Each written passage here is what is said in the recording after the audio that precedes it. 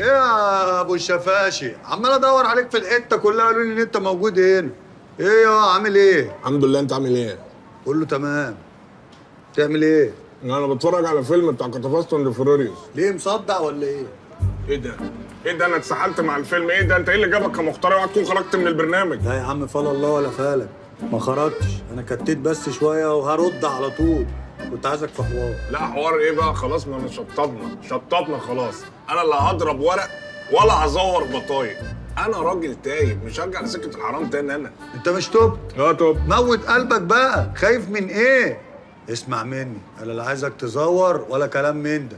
انا عايزك في حاجه موجوده على اللابتوب ده. الحاجات اللي على اللابتوب موجوده على النت كلها. ما انا مش هقعد على النت يا شفيق. انا عايز حاجه من البلاوي اللي على اللابتوب، حاجه تخص واحده بتحب واحد عامل لها الملاك البريء وهو مدورها مع البنات. احنا عايزين نفهم البت ان الواد ده مش تمام وننقذها. يعني هو الراجل ربنا ستره فاحنا نفضحه؟ لانه مش تمام، والبت بصراحه صعبانه عليا. حته الجوهره السكره المدوره دي. سكره منوره مدوره؟ اما تقول كده يا مختار. انت عايزها تفركش مع الواد عشان يخلك انت الجو. مش القصد يا ابو الشفاشي، بس حاجه زي مندي. لا يا عم، انا ماليش انا في الحوار ده. خد بالك، انا ساعدتك بس في البرنامج عشان ابويا تعبان. بص بقى يا اسطى، هو انت لو ما ساعدتنيش لا هيبقى في برنامج ولا فلوس ولا بابا هيخف. امشي فيه، هات لي المسكن يا ابني. وخليه بقى مرمي في الاغزغانه جوه كده لحد ما يموت بالراحه. انت ايه يا اخي؟ انت ايه يا اخي؟ انت ابليس. خلاص انا هديك الحاجه. يلا ابعتهم لي على الموبايل عشان ابعته للجد على طول. ابعتهم على الموبايل بتاعك انت؟ انت عبيط؟ انت عبيط كده؟ استغفر الله العظيم. احنا لازم نبعتهم لها من موبايل تاني. عشان نبعتهم لها من موبايل تاني لازم يكون معانا خط تاني، وعشان يكون معانا خط تاني لازم نجيب بطاقه. فاحنا هنضرب بطاقه نجمع الحاجات كلها في فايل واحد ونبعتهم لها عشان ما تشكش فيك انت يا حمار. ده انت معلم يا. هات لب بقى.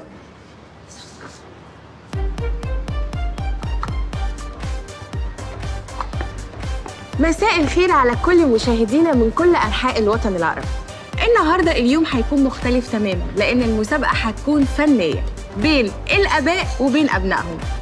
وكما قال الرسام الأسباني الشهير سلفادور دالي: أيها الرسام أنت خطيب، لذا ارسم ولا تتكلم.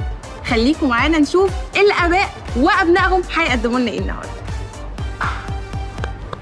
أنا بس اللوحات اللي قدامكم دي لوحات فاضية. حضراتكم هتملوا اللوحات دي ببعض الرسومات، أي بمعنى أدق يعني الأبناء هيرسموا الآباء بالشكل والصورة اللي هم عاوزينها، وبالمثل الآباء هيرسموا الأبناء بالصورة اللي هم عايزينها. معلش انا اسف بس يا باشا، بعد اذنك. اتفضل. يعني ما تنططش كتير كده، لو هتتمرجح في الكلام احنا بنتعب وانا بطني قلبت. بعد اذنك وقف عشان نعرف نتكلم معاك. يعني انا اقصد يعني انتوا فهمتوا يعني لا كلمني لان انا كده بجد عينيا زغللت. بص، يعني هو حضرتك يقصد ان انتوا هترسموا، حضرتك هترسم ابنك بالشكل اللي انت متخيله، وابنك هيرسمك بالشكل اللي هو متخيله. انا ما بعرفش ارسم. بمعنى ما عنديش يعني في الحته دي ضياع. لا، انا اقصد اقول ان ده تعبير. يا ابو يعني لسه بيها نكتب موضوع تعبير. هو يقصد ان حضرتك هترسم بنتك زي ما انت متخيلها، وهي هترسمك زي ما هي متخيلاك. سهله. وصلت من بدري يا دكتور. اتس اوبفيوس. يلا نبتدي. اكسكيوز مي، انا عاوز زيت.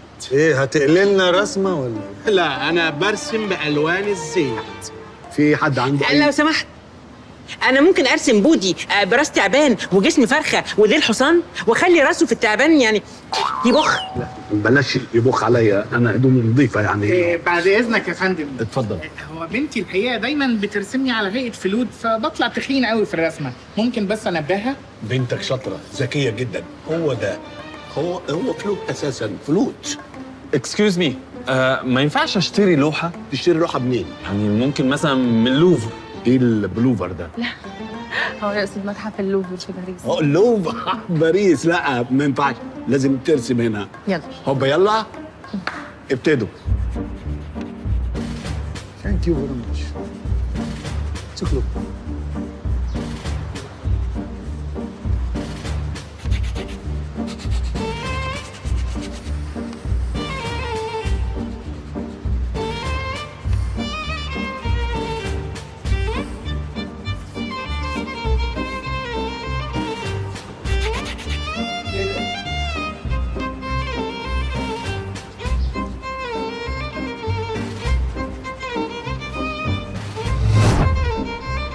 أول لوحة معانا لوحة ألحان، اتفضل. دي يا جماعه لوحه الحان، رسم ابوها انا اسف رسم باباها في هيئه مايسترو. تقصدي ايه بالرسمه دي؟ يعني هتكون تقصد ايه يا استاذ؟ تقصد ان انا فتاتري مثلا؟ ايه رسماني مايسترو علشان انا مايسترو؟ انا شايفه ان بابا هو المايسترو بتاع حياتي، هو اللي بيقول لي طريق الصح وبيساعدني ان اطلع سلم المجد سلمه سلمه. ده غير حضرتك لو لاحظت ان سلم المجد ده بقى كنايه عن السلم الموسيقي اللي انا طلعته لها نغمه نغمه. ميرسي قوي يا الحان، اوعدك ان هفضل معاكي لحد ما اطلعك لاخر النوته. ودلوقتي لوحة بودي. دي لوحه بودي. كانجرو، انا شايف ان بابا شبه الكانجرو بالظبط، طيب وحنين وبيخاف عليا زي ما الكانجرو بيشيل ابنه جوه بطنه. يا حبيبي يا بودي يا حبيبي، انا لو اطول اكلك بسناني زي القطه ما بتعمل لما بتخاف على اولادها. يلا القطه رايح فين؟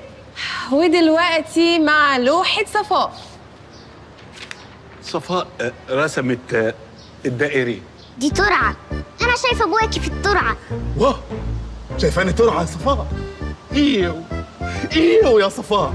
لا يا ابوي، انا قصدي اني كنت ارض بور ملهاش عازي، وانت الترعه اللي رواكني وبقيت محصول تبقى بيه.